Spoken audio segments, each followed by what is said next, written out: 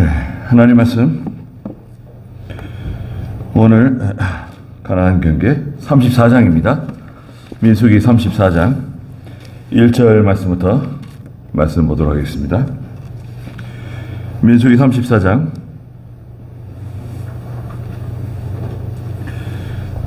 1절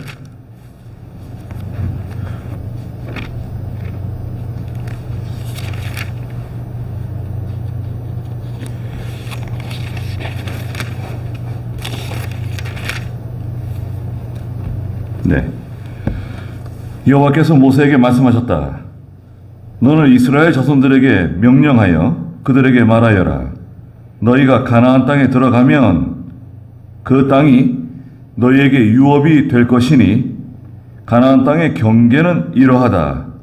너희의 남쪽 끝은 에돔과 인접한 친광야로부터 시작되고 너희 남쪽 경계의 동쪽은 사해의 끝에서부터 시작된다.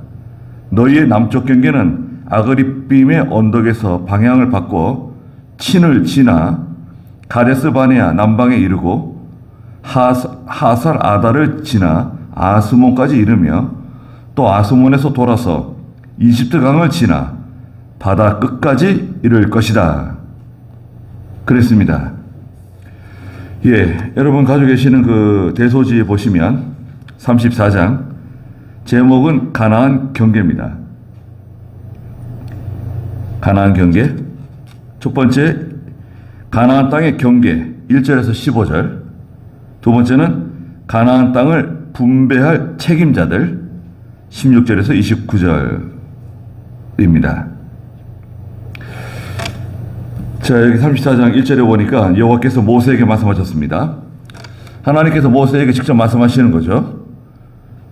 2절에 너는 이스라엘 자손들에게 명령하여 그들에게 말하여라. 너희가 가나안 땅에 들어가면 그 땅이 너희에게 유업이 될 것이니 가나안 땅의 경계는 이러하다. 그랬습니다. 하나님께서 가나안 땅을 주시겠다고 약속하셨잖아요. 신명기 11장 24절에서는 발바닥으로 밟는 땅, 발바닥으로 밟는 거 다 주신다 그랬어요. 신명기 11장 24절 한번 읽어주시겠어요?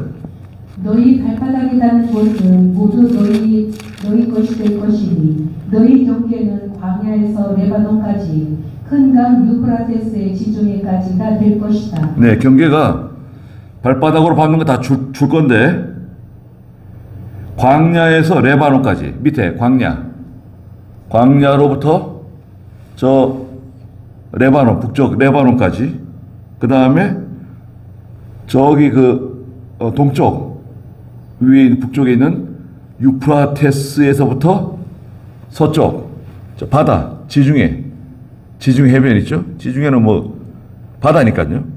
바다까지 경계가 되는 겁니다.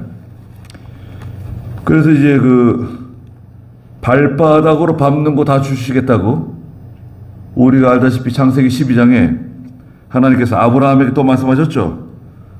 창세기 15장 18절에서 아브라함에게 하나님께서 이 가나안 땅 가로 세로로 걸으라고 네가 발바닥으로 밟는 땅 다 주겠다고 약속하셨죠.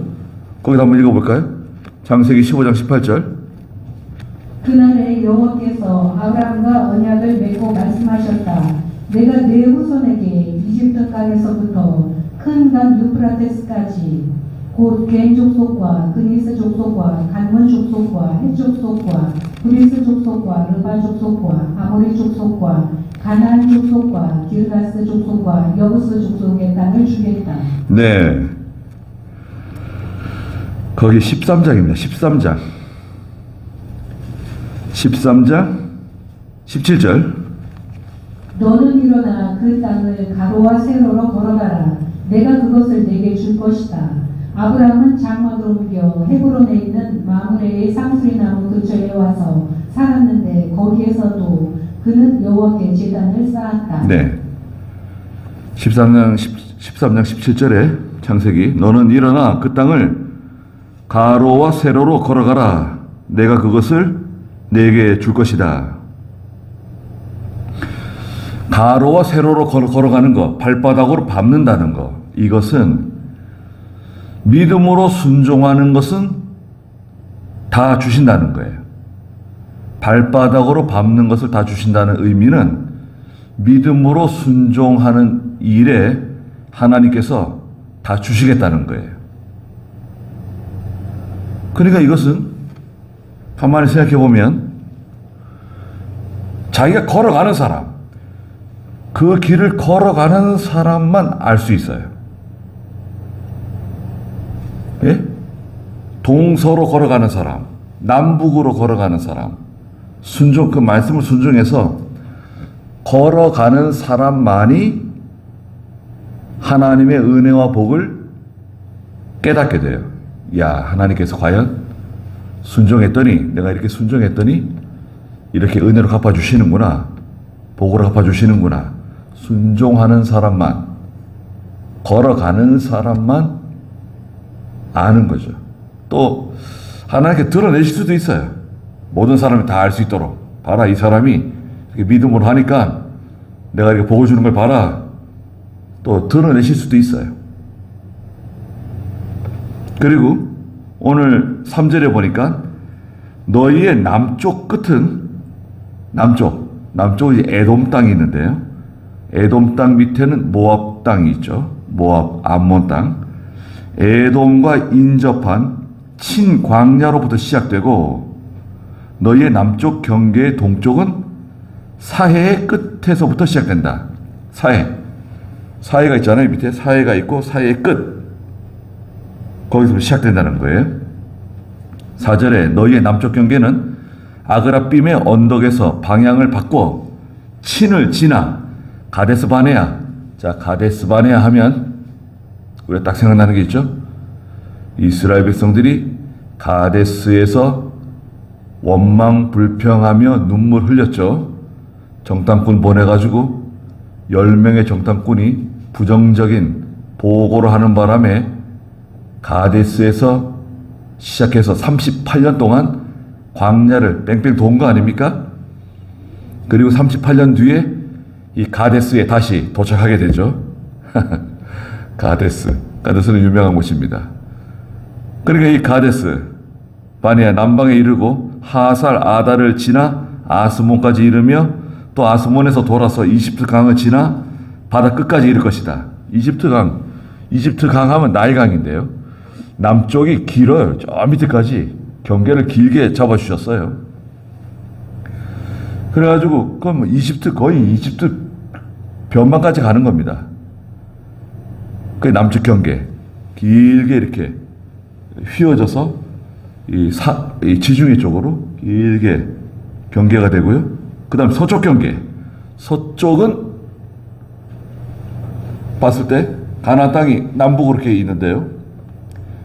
밑에는 이제 보통 우리가 예루살렘, 저 위에는 사마리아, 저 위에는 레바논인데요. 갈릴리 호수 위에 레바논. 그럼 이쪽 서쪽은 지중해로 쭉 이렇게 연결되잖아요. 지금 쭉 연결돼가지고 저 위로 가면 시돈 땅이 있고, 시돈 땅이 있죠.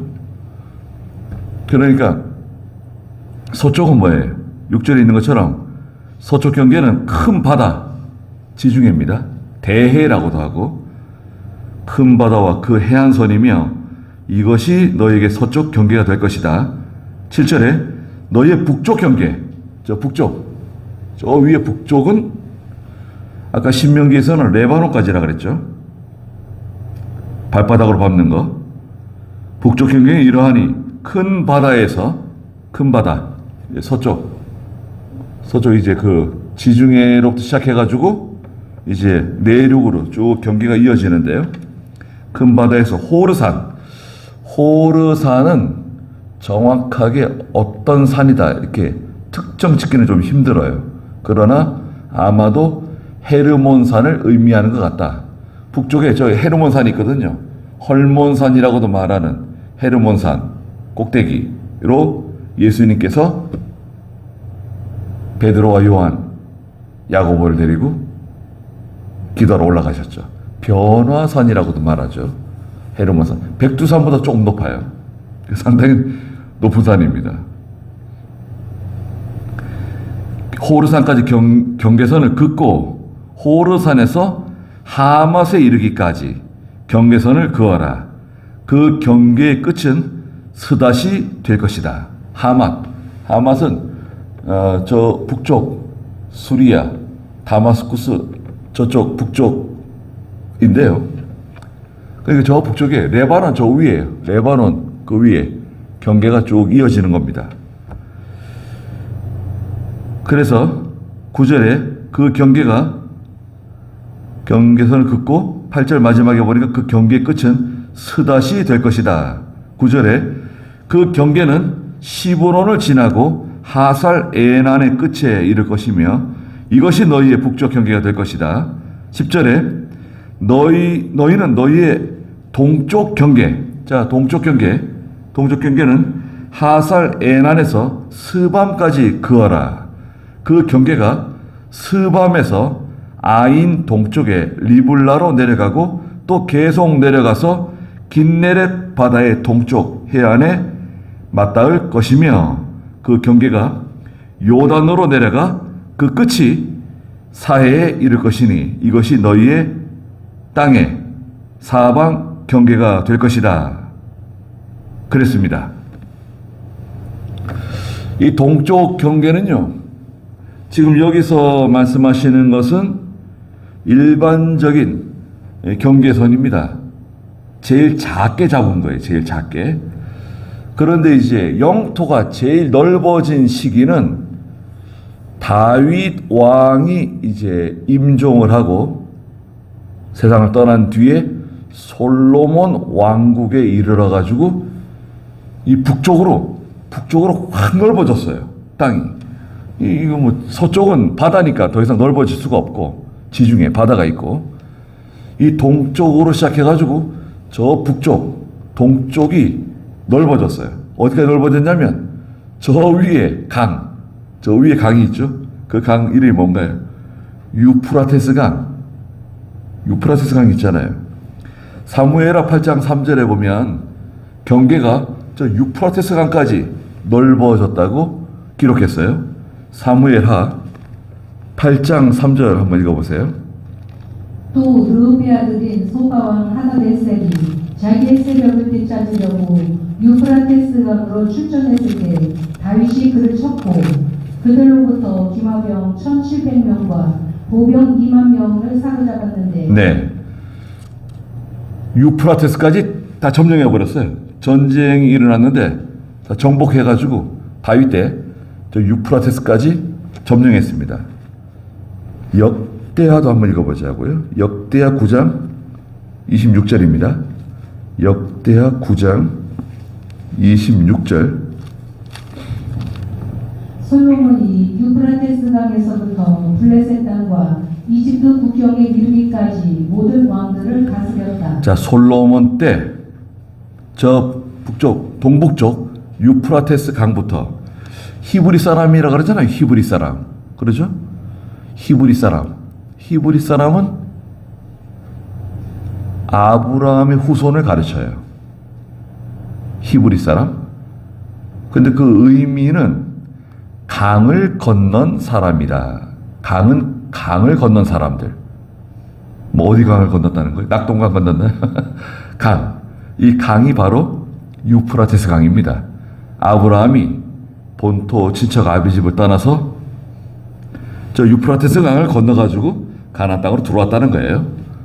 예, 갈 바를 알지 못하고 하나님의 인도를 받아서 가나안 땅에 정착하게 되었는데 아브라함의 후손을 히브리 사람들이다. 강을 건넌 사람들이다. 그래서 저 유프라테스 강부터 남쪽 블레셋까지, 블레셋 강력한 세력이 블레셋이죠. 그리고 그 밑에 저 이집트 국경에 이르기까지 모든 왕들을 정복하고 다스렸다. 그랬습니다. 엄청난 영토입니다. 네. 땅이 그냥 얼마나 확장됐는지 몰라요. 자, 가나안 땅 생각해 보세요. 가나안 땅 우리가 알고 있는 가나안 땅. 가나안 땅 하나님께서 아브라함과 이삭과 야곱을 통해서 그래서 아브라함, 이삭, 야곱을 족장들이라 그러죠. 족장들. 그 족장 시대라 그래요. 아브라함, 이삭, 야곱. 내가 아브라함의 하나님이다. 이삭의 하나님이다. 야곱의 하나님이다. 라고 말씀하시잖아요. 그러니까 아브라함과 이삭과 야곱을 족장들이라 그러고 그 시대를 족장 시대라 그래요. 약속하신 땅이 가나안 땅입니다. 가나안 땅 주시기로 약속하신 거잖아요. 그러나 우리가 알다시피 하나님께서 주시겠다고 하신 그 가나안 땅조차 또 가서 정복해야 돼요. 정복 전쟁을 해야 돼요. 우리도 마찬가지입니다. 하나님께서 주시겠다고 약속하셨고 하나님께서 주시려고 하시는 것도 힘을 써야 돼요. 믿음을 써야 돼요. 순종해야 돼요. 힘을 써야지 하나님이 주시는 것도 받는 거예요. 기도해야지 받는 겁니다. 주시겠다고 하시면 그냥 주시면 되지. 그걸 왜 또 이렇게 고생을 시키시고 고난을 주시고 시험을 주시고 여리고를 점령하고 또 막 전쟁을 치르고 가나안 사람 다 몰아내는 거 있잖아요.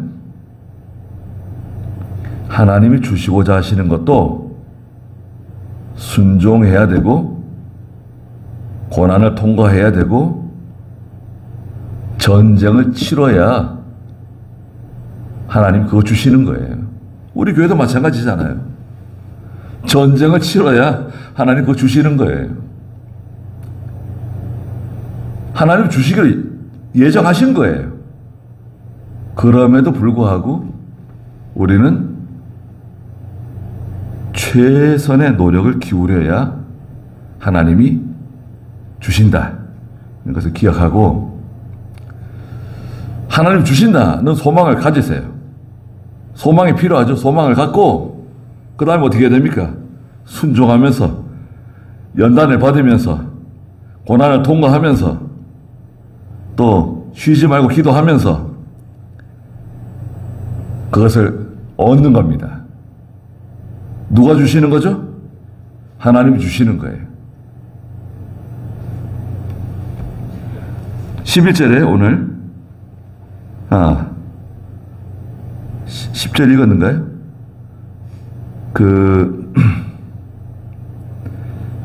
가나안 땅에 길이가 있는데요. 가나안 땅은 남북으로 약 256km 좀 된대요. 남북으로는 256km. 우리가 서울에서 부산까지 400km죠. 예. 300km, 400km. 400km 되고 딱 중간이 추풍령이에요. 저기 경부선 남북의 딱 중간에 추풍령 휴게소입니다. 딱 그 정중앙이에요. 그리고 가나안 땅의 폭은 약 80km.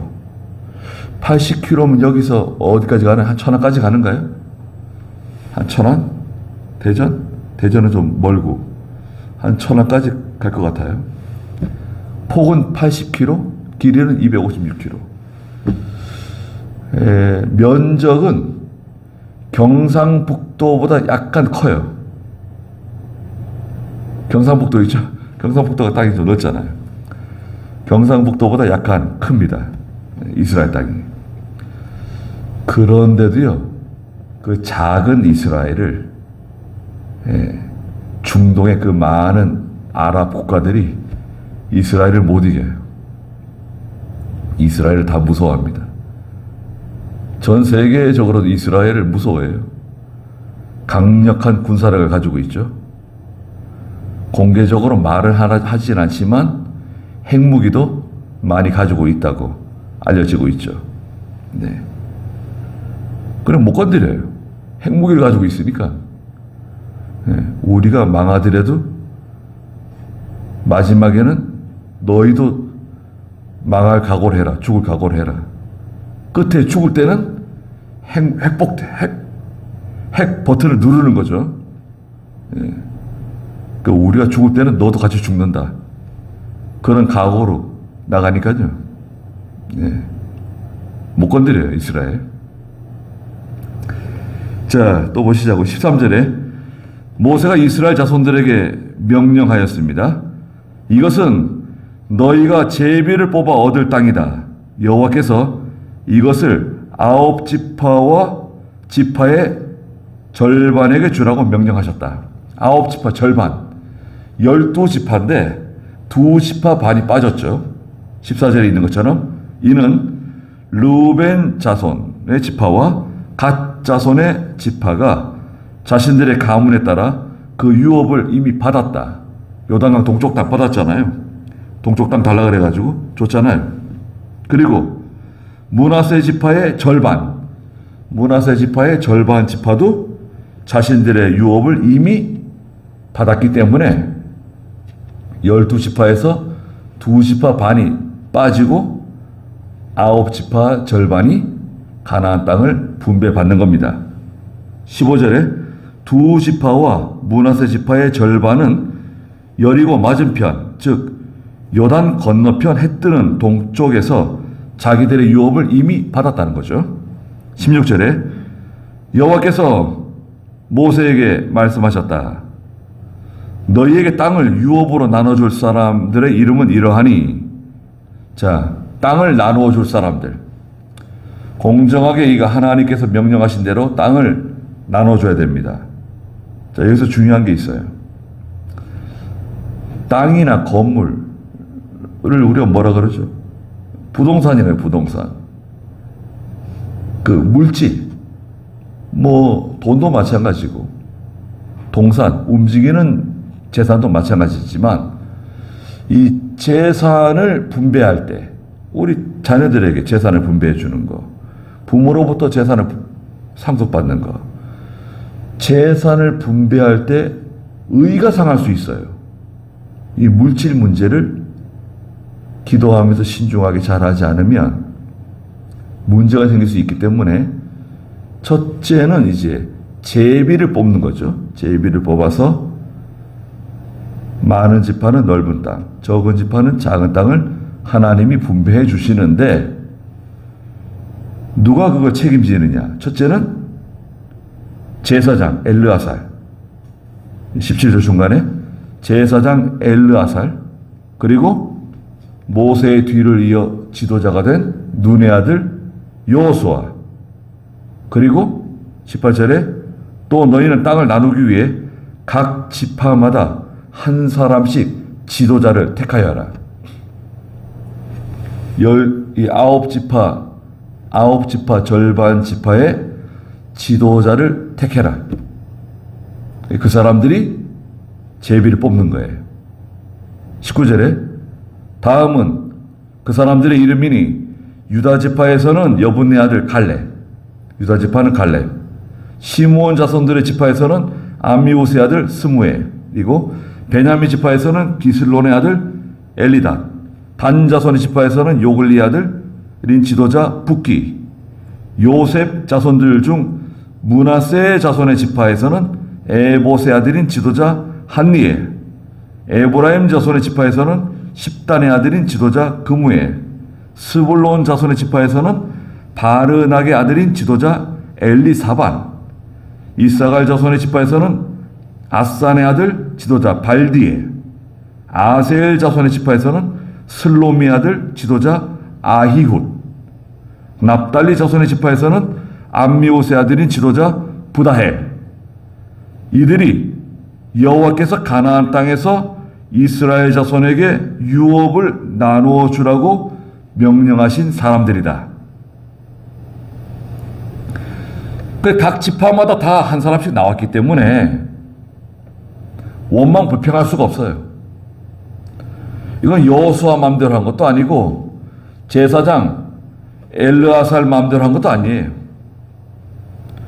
다 각 지파에서 나와가지고 제비를 뽑은 거예요, 자기들이. 사도행전 11장 29절과 30절에 보면 이 물질 문제를 다룰 때 신중해야 될 것을 말씀하셨어요.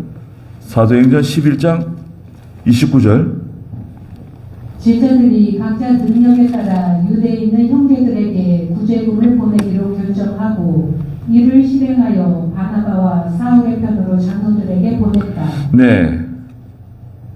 흩어져 있는 교회들이 예루살렘에 있는 교회가 고난이 많다는 소식을 듣고 구제 연보를 거뒀어요. 거액의 구제 연보가 거쳤는데 이 돈을 아무에게나 맡기지 않았습니다. 믿음 좋은 바나바와 사울이라고 불리는 바울이죠. 바울의 편에 거액의 연보를 맡기는 거예요. 교회도 재정을 맡길 때 조심해야 됩니다. 믿음 있는 것 같은데. 믿음 있어요. 그래도 재정은 또 다른 문제예요.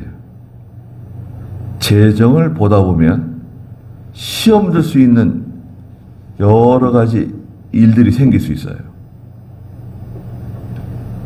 그 재정을 맡으면 또 마치 내가 이 통장의 주인인 것처럼, 내가 이 통장을 관리하는 사람인 것처럼 그렇게 또 인식을 해요. 그래서 교회에서 여러 가지 이제 물건을 사거나 돈을 쓰거나 지출을 할 때, 왜 거기 썼죠? 왜 많이 썼죠? 쓰지 않아도 될 것 같은데, 너무 많이 쓴 것 같은데, 이런 말들을 하게 돼요. 그런 말들을 하면 안 돼요. 왜 자기가 그런 말을 해요? 재정을 보면서. 많이 쓴 것 같다, 적게 쓴 것 같다, 왜 거기 썼냐? 그런 말 할 필요 없어요. 지출에 대해서는 지출을 장부에 기록하면 되고, 수입에 대해서 수입 장부에 기록하면 돼요. 그것만 잘하면 돼요. 장부 기장 잘하고, 통장 관리 잘하고, 도장 관리 잘하고, 그것만 하면 돼요. 거기에 자기 의견을 보태면 안 돼요. 그러니까 재정을 보다 보면 시험 들 수 있어요. 또 재정을 맡겼다가 안 되겠다. 그 통장하고 도장 가져오세요. 재정 보는 거 그만 보세요. 그러면요? 왜 목사님이 나한테 재정을 맡겼다가 또 재정을 또 그만두라 그러지? 이거 내가 해야 되는 건데 뺏어간다고 생각해요. 재정 보던 것을 목사님이 뺏어간다. 아니 그만두고 내놓으라고 그러는데 목사님이 재정 보는 걸 뺏어간다. 뺏어가는 거 아니에요. 그 재정 보다가 시험 드는 분들이 많습니다. 재정 보다 보면 또 교만해져요. 재정 보다가. 그러니까 믿음은 있으니까 그 재정을 맡기는 건데, 재정 보다가 시험 들어가지고 낙심할 수도 있습니다. 그런 분들 많아요. 네. 어떤 교회는 재정 보는 집사님이 그 교회 대장이에요. 목사님도 깔봐요. 그래가지고 소문이 났어요. 야, 그게 그 집사 때문에 목사들이 다 고생한다 그러더라. 그 집사는 충성스러운 집사예요. 연보도 많이 해요. 근데 오랫동안 재정을 보다 보니까 자기가 주인이 됐어요. 그런데 어떤 목사님이 가가지고 재정 내놓으라 그랬어요. 그만하고 내놓으라고. 통장, 도장 다 가져와라. 시험 들었네. 시험 들든 말든 내놓으라고. 그 다음에 어떻게 됐을까요? 그 교회가 편안해졌습니다. 그 교회가 아주 편안해졌어요.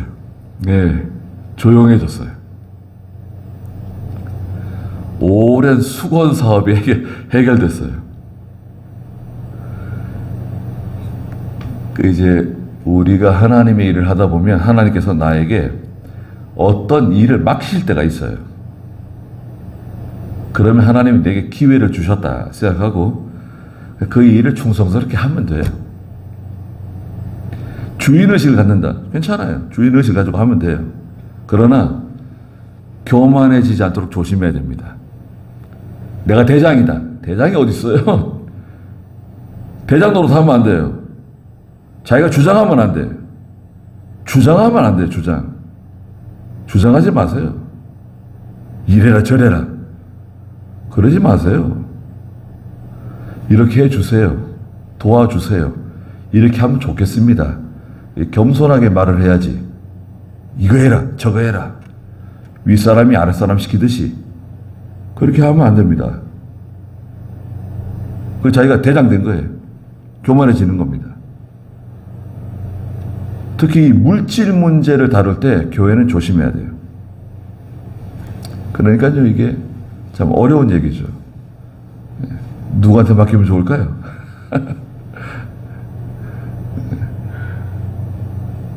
그래서 이 물질 문제, 이 땅을 분배하는 거 얼마나 예민한 문제입니까, 사실, 그죠? 예. 땅 한 평이라도 그냥 더 가지려고 말이죠. 예, 그러는 건데. 전쟁 왜 합니까, 전쟁? 지금, 우크라이나하고 러시아 전쟁하는데, 명분이 뭐예요? 땅 따먹기입니다, 지금, 땅 따먹기. 거의 200만 가까이 죽었어요, 지금, 여러분. 젊은 사람들이 200만 가까이 지금 피를 흘렸다고요. 그러면 죽은 사람이 200만 명이면 장애를 입은 사람은 얼마나 또 많을까요? 끔찍한 일입니다. 괜히 그 땅 따먹기 하느라고요. 예. 우리나라도 전쟁, 6.25 전쟁. 그냥 땅 한 평이라도 더 차지하려고 끝까지 싸워가지고 38도 선이 곧장 똑바로 그어져 있었는데 강원도 쪽에서는 밀고 우리가 올라가고 이쪽 서해안 쪽으로는 북쪽에서 좀 밀고 내려오고 이렇게 된 거 아닙니까? 그래도 우리가 그 백령도 이쪽 서해 5도를 우리가 차지하는 바람에 백령도는 휴전선보다 훨씬 위에 있어요. 저 위에 있습니다. 그래 우리 땅이죠. 네. 백령도에 예수 믿는 사람이 많이 있습니다. 보고가 올라갔어요. 미군이 끝까지 그 백령도를 지켜준 거 아닙니까? 예수 믿는 사람 많이 있다는 보고가 올라가는 바람에. 원래는 그 백령도 포기했었거든요. 미군이 백령도까지 다 내주려고 그랬어요. 북한에 다 내주고 이쪽으로 하려고 그랬는데, 예. 통역하시는 목사님이 장군에게, 해군 장군에게 백령도 예수 믿는 사람 많다. 포기하면 안 된다고. 그래가지고 그거 지켜낸 거 아니에요? 자, 거기까지 하고요. 35장 대소지 한번 보세요. 대소지. 제목은 도피성입니다. 도피성. 첫째, 각 지파의 기업에서 레위인에게 성읍과 들을 주게 함. 1절에서 8절. 두 번째는 도피성 6을 정했습니다. 가나안 땅에 도피성이 6개, 요단강 동쪽에 3개, 서쪽에 3개. 16절에서 21절. 네 번째, 도피성에 피할 자와 거기에 대한 법률, 도피성에 관한 법률. 22절에서 28절. 다섯 번째, 살인자에 관한 법, 살인 사건이 일어났을 때 어떻게 처리할 것인가. 29절에서 34절까지입니다. 35장 1절 한번 읽어주시겠어요? 여호와께서 여리고 맞은편 요단가 모압 평지에서 모세에게 말씀하셨다. 너는 이스라엘 자손들에게 명령하여 그들이 소유한 유업 중에서 레위 사람들에게 살 성읍들을 주게 하고 또 성읍들 주위에 있는 초장도 레위 사람들에게 주어 그 성읍들이 그들에게 거주지가 되고 그들의 초장이 그들의 가축과 소유물과 모든 짐승을 위해 사용될 것이다. 네. 레위 사람들은 기업이 없어요. 땅을 분배받지 못했습니다. 하나님이 레위 사람들의 기업이고, 레위 사람들은 이스라엘 백성들이 하나님께 드리는 11조를 가지고 먹고 사는 사람들이에요. 땅이 없어요. 그러나 레위 사람들은 아무 곳에나 가서 살 수 있어요. 므낫세 지파에 가서 살 수도 있고, 에브라임 지파에 가서 살 수도 있고, 유다 지파에 가서 살 수도 있고, 아무데 가서 살 수 있습니다. 레위 사람들은. 만약에 레위 사람들이 너희 땅에 들어오거든 내쫓지 말라는 거예요. 영접해주고 그들이 살 땅을 주라는 거예요. 너희 땅 중에 레위 사람들이 살 땅을 내주라고. 얼마나 내주면 좋을까요? 규격이 있어요. 3절에 보니까 그 성읍들이 그들에게 거주지가 되고 그들의 초장이 그들의 가축과 소유물과 모든 짐승을 위해 사용될 것이다. 4절에 너희가 레위 사람들에게 줄 성읍의 초장들은 성벽에서 바깥으로 사방 1000규빗이 돼야 된다. 1000규빗. 한 규빗은 50cm 정도 돼요. 그 10규빗은 5m, 100규빗은 50m, 1000규빗은 500m쯤 되는 거죠. 0.5km. 사방 0.5km 되는 땅을 내주라는 거예요. 거기서 목초지, 초장을 줄 것. 5절에 성읍 밖에서 동쪽으로 2000규빗, 남쪽으로 2000규빗, 서쪽으로 2000규빗, 북쪽으로 또 2000규빗을 측량하고 성읍은 중앙에 있도록 하여라. 레위 사람들이 거주할 성읍을 하나 주라는 거예요. 성읍을 하나 주고, 예? 그 성읍을 중심으로 사방 2000규빗까지 땅을 주라는 거예요. 사용할 수 있도록 해주라는 거예요.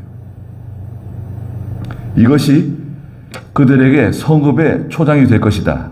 6절에 너희가 레위 사람들에게 주는 6 성읍은 도피성이 되게 하여 살인한 자가 그곳으로 도망할 수 있게 하고 그 외에 42 성읍을 더 주어라. 레위 사람들에게 주는 성읍이 있는데 6 성읍. 6 성읍을 우선 줄 것. 이 6 성읍은 요단강 동쪽에 3개, 요단강 서쪽에 3개예요. 그 6 성읍 외에 얼마를 더 주래요? 48개 성읍을 주고 7절에 보니까 레위 사람들에게 모두 48 성읍과 그에 딸린 초장들을 내어주래요. 자, 6개 성읍이 있는데 6개 성읍은 여호수아 20장에 있습니다. 여호수아 20장에 보시면 1절부터 한번 읽어주시겠어요? 여호수아 20장 1절입니다. 여호와께서 여호수아에게 말씀하셨다. 너는 이스라엘 자손에게 말하여라. 내가 모세를 통해 너희에게 말한 도피성을 너희를 위하여 정하고 부지 중 사람을 죽인 살인자는 그곳으로 도망하게 하여라. 네, 7절.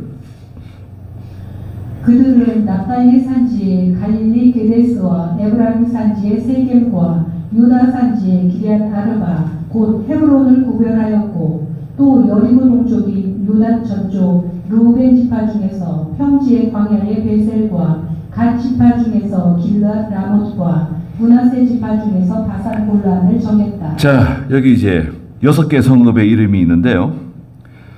요단강을 중심으로 해가지고 이 가나안 땅에서 레위 사람들이 살고 있는 성읍 3개가 있는데, 먼저 납달리 지파 안에 있는 갈릴리 게데스, 그 다음 에브라임 땅 안에 있는 세겜, 그 다음 남쪽 에브라임은 중간에 있고요. 납달리는 저 북쪽에 있고, 남쪽에 유다 땅에 기럇 아르바 곧 헤브론. 기럇 아르바는 헤브론 이름이 같은 곳이에요. 지명이 기럇 아르바라고도 부르고 헤브론이라고도 부릅니다. 그 다음에 요단강 저 동쪽에 저 북쪽에 르우벤 지파 땅 가운데 베셀, 그 다음에 갓 지파 땅 가운데 길르앗 라못, 그 다음에 므낫세 지파 땅 가운데 바산 골란, 므낫세가 저 위에입니다. 바산 골란. 이 6성읍이에요. 이 6성읍은 살인한 사람이, 사람을 죽인 사람이 이 도피성 안에 들어가면 복수하는 사람, 원수를 갚으려고 하는 사람이 들어오지 못해요. 이 도피성에는 아무나 들어가질 못해요. 사람을 죽여가지고 사람을 죽였어요. 부지 중에 고의가 아니라 사람을 죽게 한 사람이 빨리 제일 가까운 도피성으로 도망하면 목숨을 구할 수 있어요. 예, 원수 갚는 사람으로부터 피신할 수 있어요. 그리고 정상적인 재판을 받을 수 있습니다. 그 도피성이 필요해요. 도피성은 오늘날 교회를 가르쳐요. 교회. 그리고 영적으로는 도피성은 바로 예수 그리스도가 우리의 도피성입니다. 예수 그리스도께 피하는 사람은 다 구원받아요. 우리 예수 그리스도께 피하는 겁니다. 도피성. 영원한 도피성. 예수 그리스도. 그리고 신약시대의 도피성은 어디라고요? 교회다. 교회. 교회에 오면 구원받아요. 교회에 들어오면 예수 믿고 교회의 회원이 되면 하나님 백성 되는 거예요. 감사한 거죠? 도피성은 우리에게 그런 의미를 가지고 있습니다. 6절부터 다시 한번 좀 읽어주시겠어요? 오늘 본문 민수기 34장 6절 35장 6절. 너희가 레위 사람들에게 주는 6성읍도 도피성이 되게 하여 살인한 자가 그곳으로 도망할 수 있게 하고 그 외에 42성읍을 더 주어라. 레위 사람들에게 모두 48성읍과 그에 딸린 초장들을 주고 너희가 이스라엘 자손의 소유에서 떼어 레위인에게 성읍을 줄 때에 많이 받는 자에게는 많이 떼어주고 적게 받은 자에게는 적게 떼어주어라. 각자가 분배받을 유업의 크기에 따라 자기 성읍들 중에서 레위 사람들에게 떼어주어라. 네, 많이 받은 자에게서는 많이 떼어주고 적게 받은 자에게서는 적게 떼어줘라. 레위 사람이 이제 들어와 살잖아요. 그러면 많이 받은 지파에서는 좀 넉넉하게 레위 사람들에게 땅도 주고 좀 좋은 성읍도 내어주고 잘 대우해 주라는 거예요. 하나님께서는 왜 레위 사람들에게 기업을 주시지 않고 이스라엘 가운데 흩어져 살게 하셨는가? 자, 이게 궁금하죠. 아니, 왜 레위 사람들은 같이 이렇게 모여서 살지 않고 뿔뿔이 다 흩어져 이렇게 살게 하셨는가? 첫째는요, 레위 사람들을 통해서 하나님 섬기는 법을 계속 배우라는 거예요. 레위 사람들은 제사장 집안이잖아요. 그 레위 사람들을 통해서 항상 하나님 섬기는 법을 잊지 말고 배울 것. 두 번째는 레위 사람들을 잘 받들어주고 공경하라는 거예요. 레위 사람들을 도와주고 하나님 일하는 사람들을 받들어주고 도와주고 공경해라. 세 번째는 예언을 완성하는 거예요. 창세기 49장 7절에 하나님께서 말씀하셨어요. 레위 사람들은 흩어져 살게 될 것이라고 말씀하신 대로 그대로 이루어지는 겁니다. 예. 야곱의 축복이죠. 창세기 49장 7절 읽어보시겠어요? 그들의 분노가 격렬하니 저주를 받을 것이며 그들의 경노가 잔인함으로 저주를 받을 것이다. 내가 그들을 야곱 가운데서 나누며 이스라엘 가운데서 흩을 것이다. 네. 야곱이 죽기 전에, 임종하기 전에 아들들을 각각 축복해 주었는데 레위에 대해서는 특별히 7절 마지막에서 내가 그들을 야곱 가운데 나누고 이스라엘 가운데서 흩을 것이다 말씀하셨어요. 그래서 이스라엘 가운데 다 흩어져 사는 거예요. 레위 사람들은 그대로 이루어지는 겁니다. 9절 오늘 35장 9절 읽어보시겠어요? 여호와께서 모세에게 말씀하셨다. 너는 이스라엘 자손들에게 말하여 그들에게 일러라. 너희가 요단을 건너 가나안 땅에 들어가거든 너희에게 도피성이 될 성읍들을 정하여 실수로 사람을 쳐 죽인 살인자가 거기로 도피할 수 있게 하여라. 자, 도피성을 정하는 목적이 기록되어 있어요. 11절에 있는 것처럼 너희에게 도피성이 될 성읍들을 정하여. 근데 누가 정해주셨죠? 여호수아 20장에서 하나님께서 정해주셨어요. 사람이 마음대로 정하는 거 아닙니다. 요단강 동쪽에 3개, 요단강 서쪽에 3개, 6개의 도피성을 정하고 실수로, 고의가 아니라 실수로 그만 과실치사죠. 과실치사. 사람을 죽인 사람이 도피할 수 있도록, 목숨을 건질 수 있도록 하기 위해서 도피성을 정하라는 거예요. 그래서 이 도피성은 신약시대 교회다. 그리고 영원한 도피성은 누구라 그러셨죠? 예수님이 우리의 영원한 도피성이다. 예수님께로 도망하면 구원받는다. 12절 읽어주세요. 그 성읍들은 너희에게 복수하려는 자를 피할 도피처가 되어 살인자가 재판받기 위해 회중 앞에 설 때까지 죽지 않게 하려는 것이다. 너희가 줄 성읍들 중에서 6개의 도피성이 있게 하되 너희가 세 성읍은 요단 건너편에 두고 세 성읍은 가나안 땅에 두어 도피성이 되게 하여라. 이스라엘 자손에게나 타국인에게나 너희 가운데 사는 거류민에게나 이 6성읍이 도피처가 될 것이며 실수로 사람을 쳐 죽인 자는 모두 거기로 도피할 수 있을 것이다. 네, 실수로 사람을 쳐 죽인 사람. 나무하다가 도끼가 나무 자루에서 빠져가지고 사람을 쳐 죽였거나 나무를 베고 있는데 나무가 쓰러지는데 거기 사람이 있는 줄 모르고 나무가 그만 쓰러져가지고 나무에 치여 사람이 죽었거나 여러 가지가 있잖아요. 실수로 사람을 죽게 한 경우 도피성으로 달아나면 목숨을 구할 수 있다. 그러면 집에 갈 수 있는가요? 도피성에 피한 사람이 실수로 사람을 죽인 것이 틀림없어요. 다 증인들도 있고 재판을 받았어요.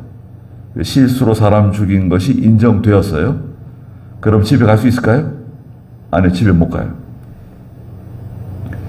집에 왜 못 갑니까? 실수로 사람 죽인 건데. 여자 사람을 죽였잖아요. 집에 갈 수 있긴 한데 조건이 있어요.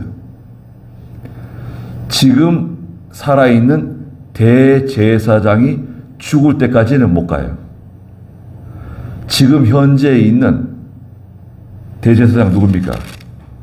엘르아살. 엘르아살이 세상 떠나면 그때 도피성에 있던 살인자들, 사람을 죽인 사람들이 집에 돌아갈 수 있어요. 집에 돌아갔는데 그 죽은 사람들의 가족이나 형제들이 복수를 한다? 그러면 안 돼요. 그거는 하나님의 법에 걸려요. 절대 보복할 수 없어요. 대제사장이 죽은 다음에 집에 돌아갈 수 있어요. 그 다음에 또 대제사장을 세웠는데 또 사람을 죽인 사람들이 도피성에 있잖아요. 그러면 언제까지 기다려야 되죠? 그 대제사장이 죽을 때까지. 대제사장이 죽으면 집으로 또 돌아갈 수 있습니다. 그게 하나님 내신 제도예요. 그런데 만일 이제 사람을 죽이긴 죽였는데 어떻게 죽였냐? 조사를 해보니까 16절 읽어보세요. 만일 새 연장으로 사람을 쳐서 죽였으면 그는 살인자니 그 살인자는 반드시 죽여야 하며. 예, 쇠 연장을 가지고 사람을 죽였다? 그거는 고의로 죽인 거다. 그건 살인자다. 반드시 죽여라. 그리고요, 17절. 만일 사람을 죽일 만한 도를 손에 들고서 그것으로 사람을 쳐서 죽였으면 그는 살인자니 그 살인자는 반드시 죽여야 하며. 손에 돌을 들고서 사람을 쳐 죽였어요. 그거는 실수가 아니다. 고의적으로 사람을 죽인 거다. 홧김에 죽였는지 열받아서 죽였는지 잘 모르겠지만 다투다가 죽였든지 간에 손에 돌을 들고 사람을 쳐 죽인 사람은 그건 고의성이다. 반드시 죽여라. 살인자는 반드시 죽이라는 거예요. 또 18절. 또 사람을 죽일 만한 나무 연장을 손에서 들고 그것으로 사람을 쳐서 죽였으면 그는 살인자니 그 살인자는 반드시 죽여야 한다. 피를 복수하려는 자는 그 살인자를 죽여도 좋으니 그가 살인자를 만날 때 그를 죽일 수 있다. 복수하는 사람이 형제나 부모나 복수하는 사람이 만나서 죽일 수 있다는 거예요. 그러니까 철 연장을 가지고 사람을 죽였다든지 돌을 손에 들고 죽였다든지 손에 나무를 들고 그 사람을 때려 죽였다든지 그랬을 경우 달아났잖아요. 달아났는데 복수하는 사람들이 형제나 친척들이 쫓아다니다가 만났을 경우 죽여도 된다는 거예요. 그 사람은 도피성에 들어가도 죽게 돼 있어요. 도피성에 들어가도 고의적으로 사람을 죽인 사람은 재판을 통해서 죽이는 거예요. 이스라엘 백성들이 돌로 쳐 죽이는 겁니다. 20절 읽어보세요. 만일 미워하여 사람을 밀쳐 죽이거나 혹은 숨어 있다가 무언가 던져 죽이거나. 사람을 밀쳐서 높은 데서 미워하는 마음으로 밀어가지고 사람을 죽였다든지 또 뭘 집어 던져가지고 사람을 죽였다든지 혹은 21절에 적대감 때문에 손으로 그냥 화가 나가지고 적대감을 가지고 손으로 사람을 쳐서 죽였으면 죽인 자는 반드시 죽여야 한다. 그는 살인자니 피를 복수하려는 사람이 그 살인자를 만날 때 죽일 수 있다. 죽여도 된다는 거예요. 그러나 22절. 그러나 만일 그가 적대감 없이 순간적인 실수로 사람을 밀쳤거나 악의가 없이 그에게 무엇을 던졌거나 혹은 미처 보지 못하고 사람을 죽일 만한 돌을 떨어뜨려 죽게 했다면 그는 원한도 없고 악을 행하려 한 것도 아니니 회중이 쳐 죽인 자와 피를 복수하려는 자 사이에서 다음과 같은 규례에 따라 판결하여라.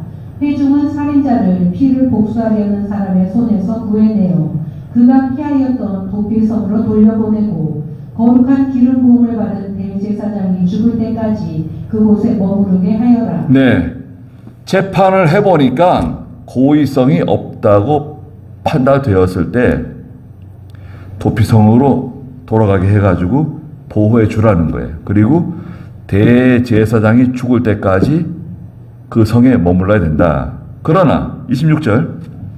이는 그가 26절. 그러나 만일 그 살인자가 자기가 도피한 그 도피성의 경계를 벗어나면 피를 복수하려는 자가 그 도피성 경계 밖에서 그를 만나게 될 때 그 살인자를 죽여도 그에게는 피 흘린 죄가 없을 것이다. 도피성에 머물러 있다가 너무 답답해가지고 성 밖으로 나와가지고 뭐 산책을 하든지 어디 구경하러 다니다가 그 도피성 밖에서 복수하려고 하는 그 가족들, 형제들이 기다리고 있다가 성 밖으로 나왔다! 쫓아가가지고 그 사람을 죽였을 때 죽인 사람들에게 책임이 없다. 성 밖으로 나오면 안 되는데 도피성 밖으로 나온 그 사람이 잘못한 거다. 도피성 안에 있으면 성 바깥에서 복수하려고 하는 사람들이 들어가지 못할 텐데 자기가 성 밖에 나왔다가 그만 죽임을 당했기 때문에 복수하는 사람들의 그 핏값을 책임을 묻지 않는다. 그러셨어요? 28절. 이는 그가 대제사장이 죽을 때까지 도피성에 머물러야 하고 대제사장이 죽은 후에야 자기 소유의 땅으로 되돌아갈 수 있기 때문이다. 이것이 너희가 너희의 모든 거주지에서 대대로 지켜야 할 판결의 규범이 될 것이다. 누구든지 사람을 쳐 죽이면 증인들의 증언에 의해서만 그 살인자를 죽일 수 있으나 그 사람에 대하여 증인이 한 명뿐이면 그를 죽여서는 안 된다. 너희는 살인죄를 범한 그 살인자의 목숨을 위해 속전을 받지 마라. 그는 반드시 죽여야 한다. 네. 살인 사건이 벌어졌을 때 저 사람이 죽였습니다. 증인이 나타났어요. 증인은 한 사람 가지고 살인죄를 판단할 수 없다. 증인은 최소한 두세 사람, 살인죄인 경우 두세 사람이 필요합니다. 그 다음에 제사장인 경우 어떤 문제가 발생했는데 그 피고가 제사장이에요. 레위 사람인 경우에는 또 증인이 더 필요해요. 3-4명의 증인이 필요해요. 그러니까 하나님의 일을 하는 사람에 대해서는 재판을 더 신중하게 하라는 거죠. 정말 이 사람이 살인자인가? 정말 이 사람이 죄를 지은 것인가에 대해서 증인이 더 필요하다. 그리고 31절에 있는 것처럼 너희는 살인죄를 범한 그 살인자의 목숨을 위해 속전을 받지 마라. 살인죄를 지었는데 보석금을 내고 풀려난다? 그거 안 된다는 거예요. 살인자는 반드시 죽이라는 거예요. 사람을 죽인 자는 죽여야 된다. 그렇게 해야 됩니다. 또 유괴 사건, 사람을 유괴하는 경우 죽이라는 거죠. 또 여러 가지 죽여야 될 법이 있습니다. 그러니까 죄를 지은 것에 대해서 엄하게 다스리라는 거예요. 미국 법이 무섭습니다, 여러분. 미국 법. 미국에서는 잘못하게 되면 보통 10년, 15년, 20년 막 떨어져요. 우리나라 같이 이렇게 법을 막 어기고 그냥 막 데모하고 뭐 이렇게 그냥 함부로 해도 판사들이 그냥 적당하게 뭐 풀어주고 뭐 훈방하고, 그리고 그 이적죄 있잖아요. 북한을 뭐 찬양하고 그런 죄들, 그런 것들은 사형시켜야 되는 거 아닌가요? 이적죄, 여적죄, 몰래 돈 갖다 주고 이런 것들, 그건 엄하게 다스려야 되는 거 아닙니까? 이 법이 물러 터져가지고요, 이 사법부 참 큰 기도 제목이에요. 자, 32절 읽어주시겠어요? 또 너희는 도피성으로 피한 사람을 위해 속전을 받아서 제사장이 죽기 전에 그가 고향에 돌아가 살 수 있도록 하지 마라. 너희는 너희가 살고 있는 땅을 더럽히지 마라. 피는 땅을 더럽히니 피 흘림을 받은 그 땅은 피를 흘리게 한 사람의 피가 아니면 속함을 받을 수 없다. 너희는 너희가 살고 있는 땅, 곧 내가 머무는 그 땅을 더럽히지 마라. 나 여호와가 이스라엘 자손들 가운데 거주하기 때문이다. 네. 살인죄를 지었는데 고의로 죽인 게 아니라 실수로 사람을 죽여서 도피성에 지금 머무르고 있어요. 근데 집에 가고 싶잖아요. 애들도 보고 싶잖아요. 그러니까 돈으로 이렇게 보석금을 내고 좀 일찍 집으로 제사장이 죽을 때까지 언제 기다립니까? 좀 이렇게 갈 수 있도록 해주세요. 돈 가지고 해결해 주지 마라. 그렇게 하면 안 된다. 대제사장이 죽을 때까지 거기 있어야 된다. 절대 보석금을 받고 풀어주지 말 것. 그리고 피를 흘렸으면 땅이 더러워진다. 살인죄를 저지르게 되면 그 땅이 더러워진다. 반드시 피는 피로 갚아주라는 거예요. 예. 고의적으로 사람을 죽인 경우 그건 용서해서는 안 된다는 거예요.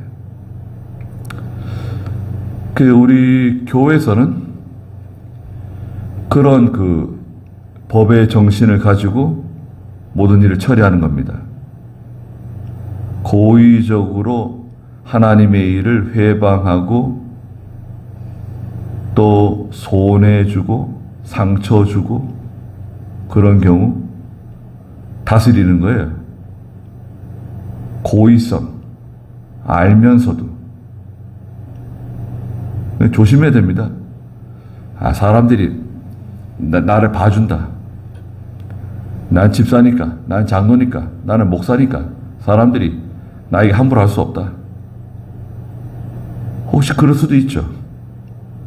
근데 하나님 용서하지 않으세요. 그러니까 하나님 두려운 줄 알고 항상 우리가 모든 일에 삼가 조심해야 됩니다.